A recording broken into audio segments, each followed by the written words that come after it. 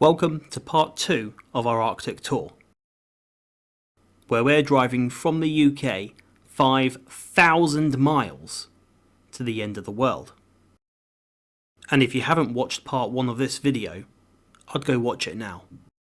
You're joining us in Sundsvall, Sweden. Welcome to day 4. After some much needed sleep, we awoke to find we had accidentally camped at the bottom of a ski slope. So we're currently near Sundsvall, up on the east coast of Sweden. We did quite a bit of driving last night. It got quite hard, as you saw just a minute ago. So make a coffee, make some breakfast, get back on the road. Today we're aiming for Jokkmokk, so we're a day behind schedule, but we did expect that you would have breakdowns or traffic or slow weather. But as you can see right now, the weather is absolutely amazing. So we should have a nice clear run and get up to Jokkmokk in good time.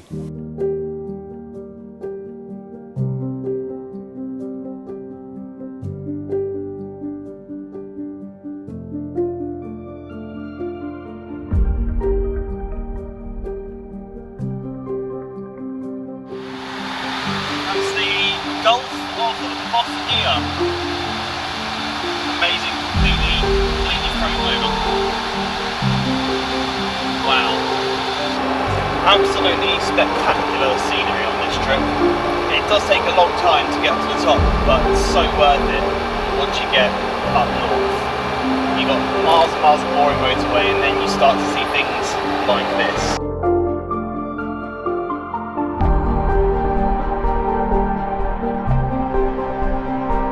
Just piles and piles of water frozen in time. Absolutely insane.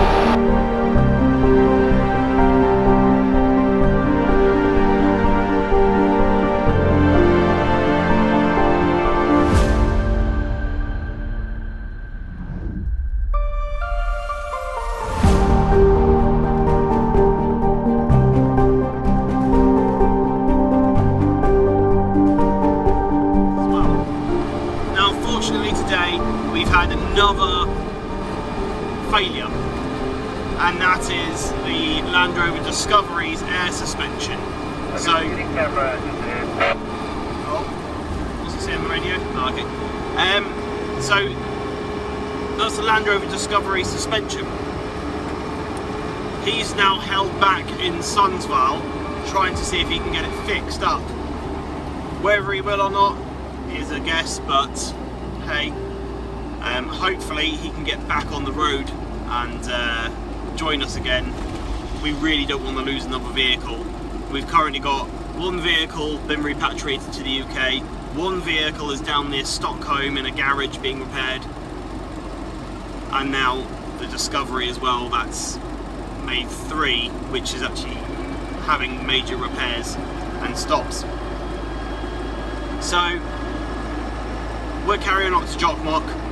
Our group has separated out a little bit now, so the 3 Land Rover Defenders, we're all stuck together. We're on the E4 coming up the east coast of Sweden, and we're staying on this main motorway road because it's nice and clear and ploughed and we can get up there. The Range Rover, he's gone into the interior and is going to go up the central backbone of Sweden. He can go a little bit quicker than us, but he does have the issue of he's driving on ice, so he's restricted in that. However, his arrival time is about the same as ours. But we're going slower than the speed limit because we're in Defenders and because we want to conserve fuel. He's going slower because of the ice. Let's see who gets there first. It's turning into a bit of a race. Catch up with you soon.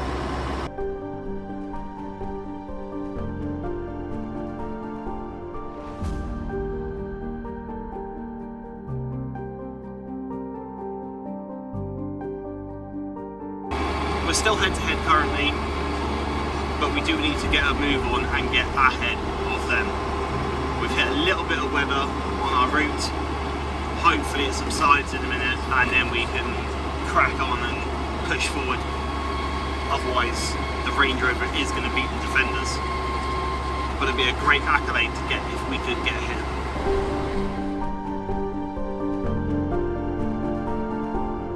Well, there it is. I can finally see some lights after hours and hours and hours of driving down this dark road. And this is the official line to the Arctic Circle.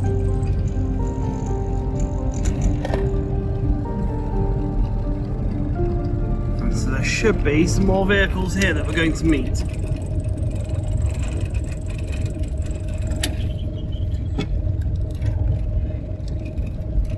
There they are up there, all set up. We've made it to the edge of the Arctic.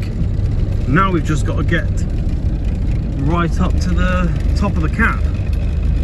So this is the Arctic Circle Centre. This is in Jokkmokk in Sweden, which is kind of in the backbone of Sweden really.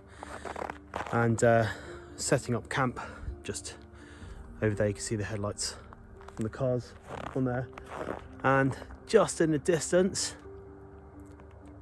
might be some headlights appearing. That is the final vehicle coming up to meet us tonight. Hopefully we got another one tomorrow. But we'll say hi to Klaus in a second.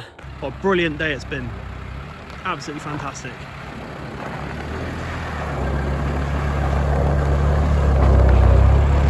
Right, gonna set up camp now. Get bedded in for the night. And tomorrow we'll get that essential picture with the Arctic Circle sign. See you tomorrow. The next day, we awoke to find that things had got a bit chilly. Well, good morning. Currently minus 17 outside, and despite my nice fancy shades, the inside has frozen up. Excellent. Good morning, day 5 update. Bloody cold this morning, minus 17.5 degrees, so very chilly, but it's a very dry cold, which is good. So it's not as cold as what it could be, I guess. But we met up with another couple of vehicles last night. Ian and Susie in the white truck, the white 110 there, and Roger in the 101 at the back. And Mark in a disco. He had some airbag suspension issues yesterday, and he managed to catch us up in the night, which is absolutely awesome. I was ecstatic when I opened the door this morning and saw Mark had arrived. So very happy about that.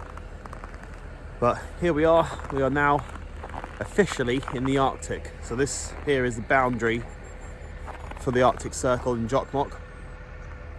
And this is where you officially cross into Arctic territory, or in particular, that sign over there in the background, that is the official crossing into the Arctic.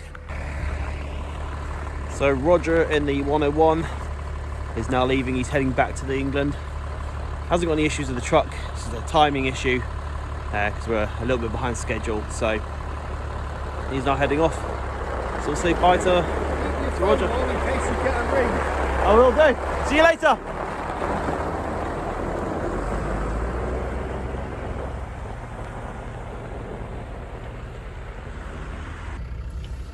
Right, bonnet's frozen cold, so I can't check my fluids before I start it. But let's see a proper cold start with 200 TDI. So, get the wipers off.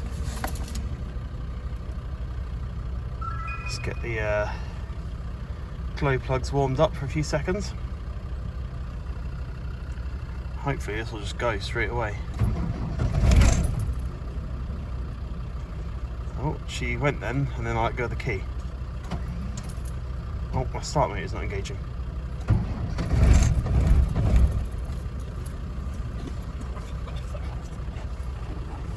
Maybe we'll, she's starting, but she's misfiring as she goes.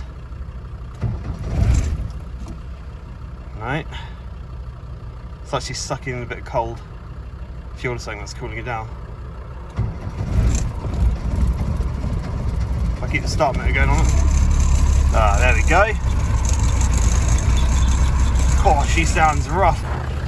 I might have smoked out the camp a bit. But do you know what?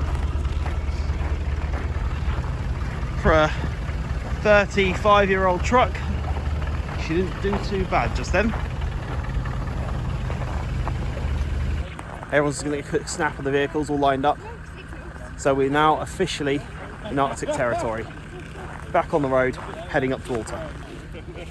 With a clear sky ahead of us, Sweden was now opening up into a spectacular winter wonderland.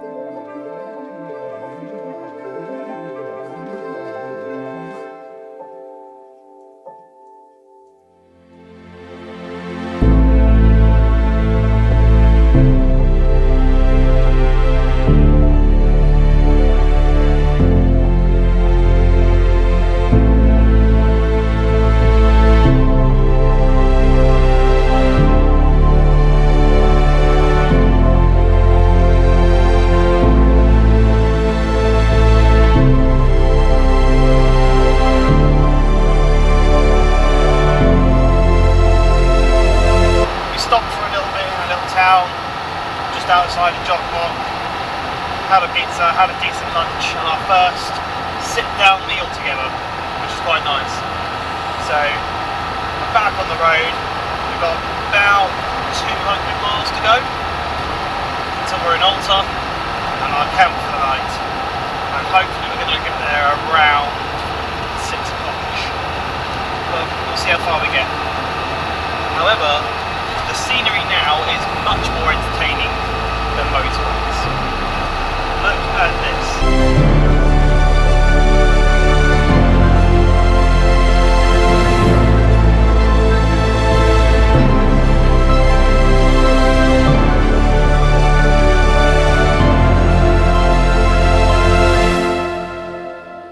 I then found the shortcut, and with everybody following me, things soon became problematic. What's happened?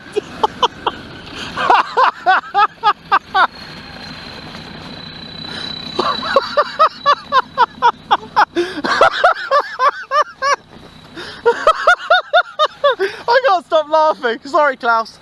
Once I had finished being supportive, it was now time to get the recovery gear out.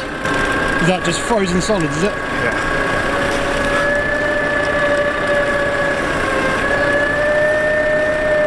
This is the part where you wish you had gloves on. Oh, I bet.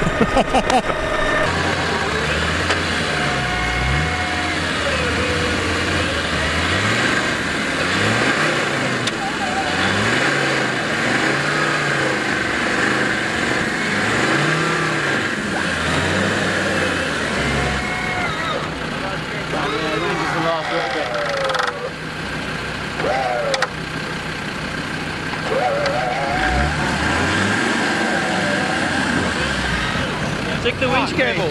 It's like frozen solid. Oh man. Did it? I love fat cars. What a mate.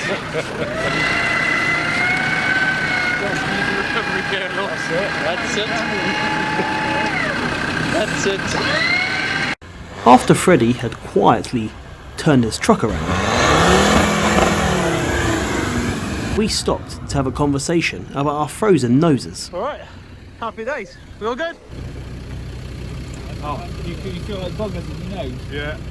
Yeah, You know it's fucking cold then, don't you? Just your nose, they fall out of it. Oh, it's all completely frozen. Feels like there's sand up there. Nose discussions over, we were back on the road. Or snow, should I say. Where the hell did the man in the inner jacket come from? Must have heard the commotion.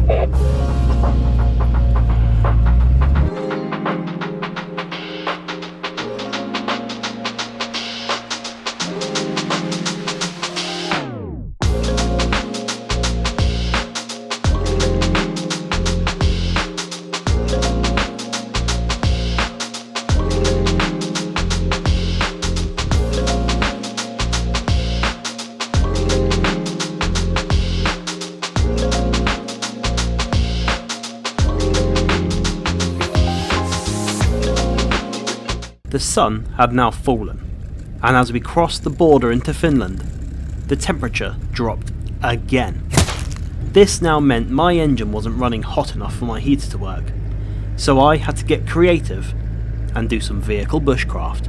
So what I've done is made this rudimentary radiator muff with this foil insulation that I've got for the windows inside. That's slotting there nicely, and that should stop the air coming in. It should stay in place on its own. I don't imagine that blowing anywhere. Let's see if that works, if the cabin gets a bit warmer. Oh, my radiator temp is at a much more acceptable level now. Brilliant. See? Sometimes cheap muff is the best muff. So, Klaus, in light of your efforts earlier, I have bought you a bar of plop. Because I plopped down. Because you plopped down into the ditch. Thanks for the plop award. No worries, sir. Who's next? Fail awards over. We were then presented with the night sky. Once again, we're blessed with the northern lights upon our arrival at our campsite. Look at that. Isn't that fantastic? The camera's not picking it up properly, but the whole ground is illuminated in green. They are so strong. So strong. Welcome to day 6. So we're currently in Alta on our final push up to Nordkapp. Then we can relax a bit, but getting some breakfast on the go at the moment. Making some cheese and bacon toasties. I think Klaus has just put his pop top down. Freddie's over there in his 110, staying in the roof tent, which has been fantastically warm, apart from when his diesel heater ran out. And Mark is in the disco, staying in the back of that. He's got his diesel which hangs on the side, and that keeps him nice and toasty at night as well. So we've all been quite warm on this trip, apart from when our diesel heaters have run out of fuel. That's been the main issue of the days. Right, let's see how this toastie's getting on. Right, opening, see if we've got a moose imprint on our toastie. Oh, look at that. What a cool little bit of kit. Oh, that's a good one. That's even better. Right, that's my milk from inside the car overnight. Solid. Frozen. That's inside the car. It's so cold up here. Following breakfast, we realised issues were happening. Who's leaking coolant this much? That would be the Range Rover. Oh, that's the Range Rover. Yeah, it's not me. What's happened? You've got a big leak, man. Look, even though you just stopped there, it's just pouring out. The Don't- bleed valve's open. Is that a good thing? Yeah, so I was filling out with coolant, I got distracted and I brimmed the header tank. So I've now left the bleed valve open. Oh, man. Yeah. And what's Freddie doing? Why is he... He's stuck. He's stuck. Klaus is getting his tow rope out.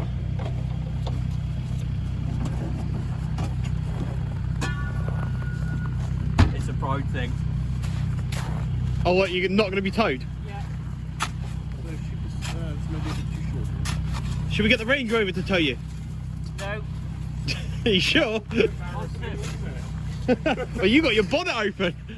Typical Range Rover.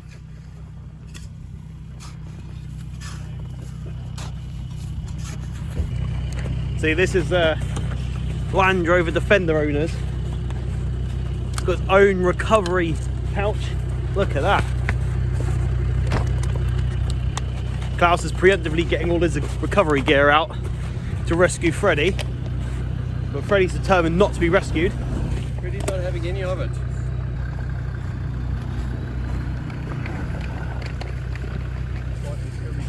This is a proper battle of the wits here. So Freddie's determined to dig his out, so he's still digging it out, and Klaus is still setting up recovery. So one of them's sure he's going to get out, the other one's sure he's not. Great fun. Then, in the blink of an eye, things took a turn for the worse.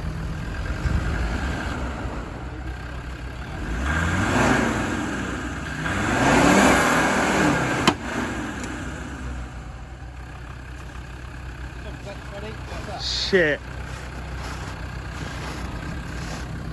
It's a front cap, but that sounded like half shaft. After a quick recovery, we assessed the damage.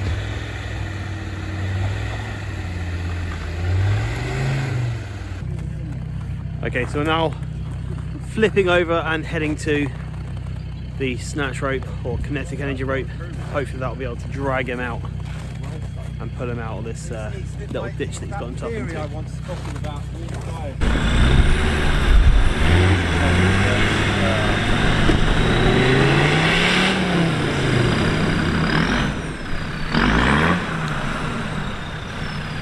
CV joint, or just the little shaft that comes out of the CV joint, the little stubby shaft. So I'm going to remove that and get back on the road. But because it's broke where it's broke, we don't have to, all the wheels should still be turning at the same rate and turning the shaft at the same rate as well, so we're good. Look at that.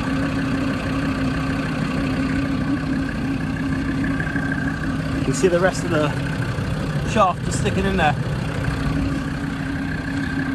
So, should be good to go, but he will be in rear wheel drive, so be very tail happy from now on. So have to be a bit more careful at how we drive up here.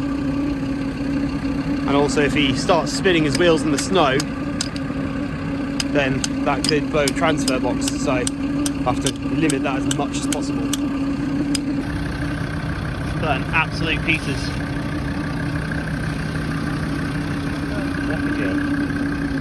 Yeah. The situation then got even worse, and thanks to a seized hub washer, we toiled away for hour after hour after hour. By the time we were ready to hit the road again, night had fallen. So to warm ourselves up, we lit a fire. And after remoulding our eyebrows, we went to a restaurant and ate some of the baby reindeer we saw the day before.